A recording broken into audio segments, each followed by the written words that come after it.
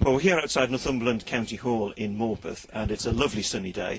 And indeed, just over a week ago, the sun was shining on the Liberal Democrats here in Northumberland, because the party became the largest group on the new unitary county council. Now, I'm joined by Jeff Reid, who is the new leader of the Liberal Democrat group on Northumberland County Council, and very nearly said the new leader of Northumberland County Council. But we can live in hope. Yeah, that's obviously still to be decided here. But first of all, congratulations on your election as the new group leader, and indeed congratulations on getting elected to the county, because you gained a seat from the Labour Party down in Blyth.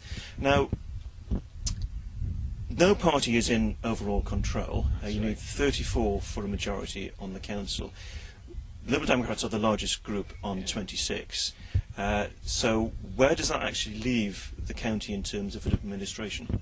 Well, what we're trying to do is get a partnership of the willing together, and that would include all parties, everybody having some significant thing to do, run the county the way that it's being run at the moment, in parallel with the 6 districts, and then have a sort of an implementation executive broadly based on the districts and the county to work on the merger of the 7 councils next year. Yeah, because the districts themselves are actually being abolished next year, so their powers get transferred. Well, exactly, to the county. And after they're going to be abolished next year, but the county council was abolished last week, so the council we have now is the unitary council, which is going to absorb the other 6 next year, and it's a very massive technical job.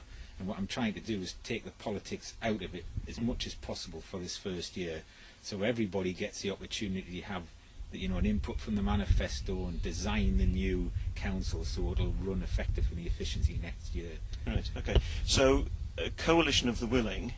Partnership of the willing. Partnership of the willing. Right. Let's suppose for a minute that the other parties aren't interested in cooperating with the Liberal Democrats.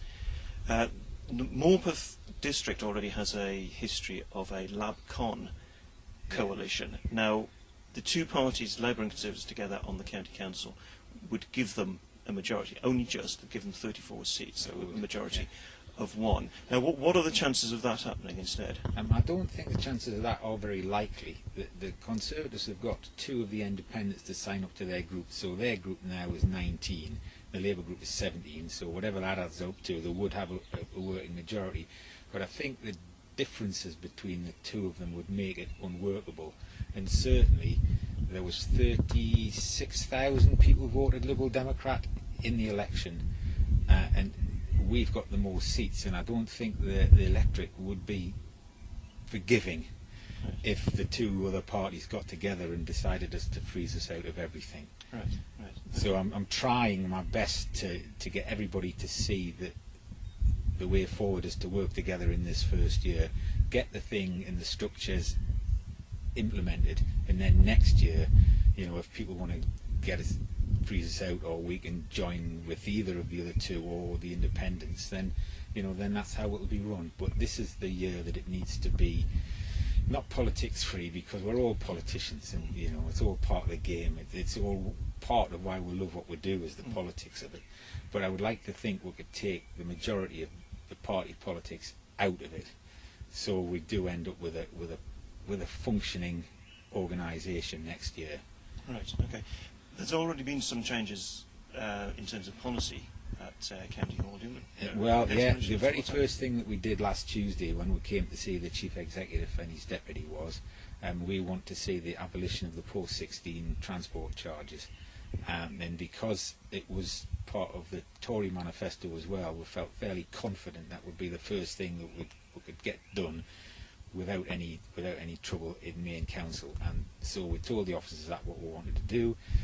They said, well, yes, we can do that for you if that's what you want. And we heard on Friday that it's going to be abolished from September, which is obviously the beginning of the new year. Right. And the impact of those charges has actually depressed the people going on to do A levels. You think, well, perhaps it wouldn't, but if you've got 3 kids all over 16, which our our children were all over that age at one time, that's nearly £1,000 a year to get to further education for one family, and it's just, you know, we shouldn't be taxing education like that. And so those charges will be scrapped Start from September. Yeah. Right. Okay. Right. Just to finish on one final point, Dave Stevens, who's the Labour leader of Blythe Valley District Council, soon to be abolished. Who was beat, incidentally. Yes, who didn't get elected to the county council, who lost to a Liberal Democrat.